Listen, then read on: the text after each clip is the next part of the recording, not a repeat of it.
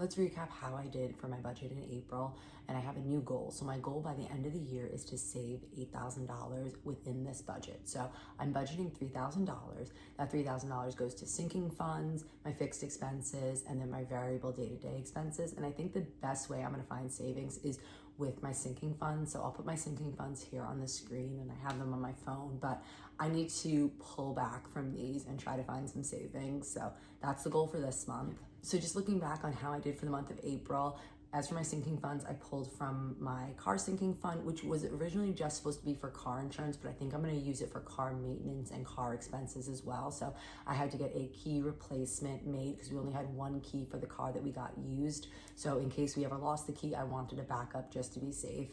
Then we have my gift sinking fund, which I got flowers for my boyfriend's stepmom. And then for myself, I got a haircut, which I desperately needed.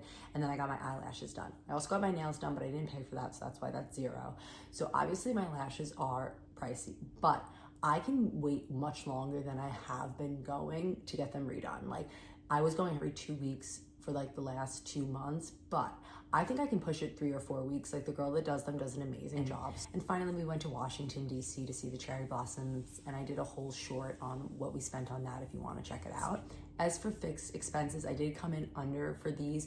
My gas and electric bill were less, and then my cell phone bill was less as well. My phone bill was really weird. I upgraded my phone maybe like 2 months ago at this point. I don't really remember, but they ended up signing me up for some insurance, and then I don't remember signing up for it, so I canceled it because I didn't want like this $70 insurance. So they gave me a credit for my bill. So I don't know what my regular phone bill is going to be. I was budgeting $110, but it was only $85.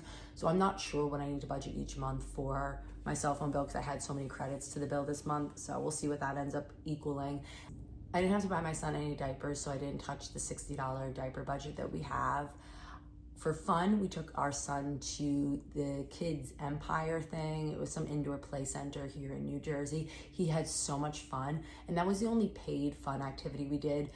We did go somewhere in Washington, D.C., but I took that out of our travel budget. And then we did other things, like we went to the library, we went to the aquarium, we went to the Nickelodeon park, we went to the regular park, and we went to the Gymboree indoor play thing for kids. So some of those we have yearly passes for, and other things it was like a free trial class like the Gymboree. But we did a lot of stuff this month, and I'm happy that we were able to find a lot of free activities. For my cat, I've said before, he eats so much. I don't think $100 is enough. I was over budget for him, and he needs more food already. So I think I have to work on his budget a little bit more. So for my cat, we spent $110.11 in the budget of $100.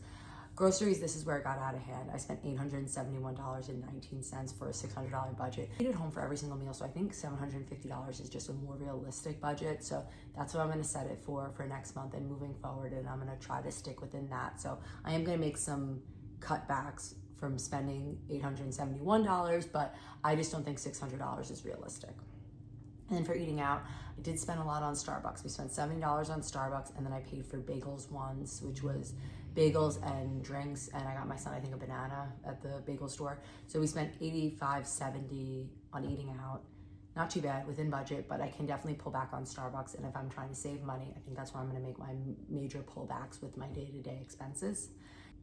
Then my gas/parking budget. I had to pay parking when we went to the Gymboree class. It was so expensive. Oh my goodness, it was crazy. It was literally almost $20 to park. It was $18.99. And then gas, I had to fill up my car a few times. So I think $100 is a good budget here just because of how much we've been driving lately. We've been definitely driving a lot more. Personal, right within my $100 budget, so I'm happy about that. Home, didn't have to buy much. We only had to buy toilet cleaner and paper towels, so that was under budget by $60.84, so we spent $39.16 there. Then for our son, the budget is $150. We were under budget here. He didn't have too many things that came up. I put his medical bill here, but I was gonna put it in miscellaneous, but I was already over budget of basically miscellaneous if I added the $90 to it. So since I was under budget in his monthly expenses, I just put the medical bill there. And the miscellaneous, I got alcohol from Trader Joe's. I didn't know where else to put that, so I put it in the miscellaneous category. And then I bought Easter eggs to fill up for Easter for $1. So that was under budget. Overall, not a bad month. I didn't do the difference of the total what I spent versus what I budgeted, but I will total that up and put it on the screen. So I have been a lot better with my purchases and my shopping and impulse shopping, and I think I'm gonna try to order from Amazon a lot less, because I think the convenience of Amazon is definitely something that gets me. Like, I'm like, oh, I need this, and I'll just order it right away. And I think that it's nice for when you're maybe running low on something, but you can be a little more intentional with your purchases. Like, I don't just need to buy random things from Amazon because I'm thinking I want something. Like, yeah, sure, if we're out of dish soap and I order that on Amazon, it's great for being convenient, but for random things that aren't necessities, I don't think I need to use Amazon for that stuff.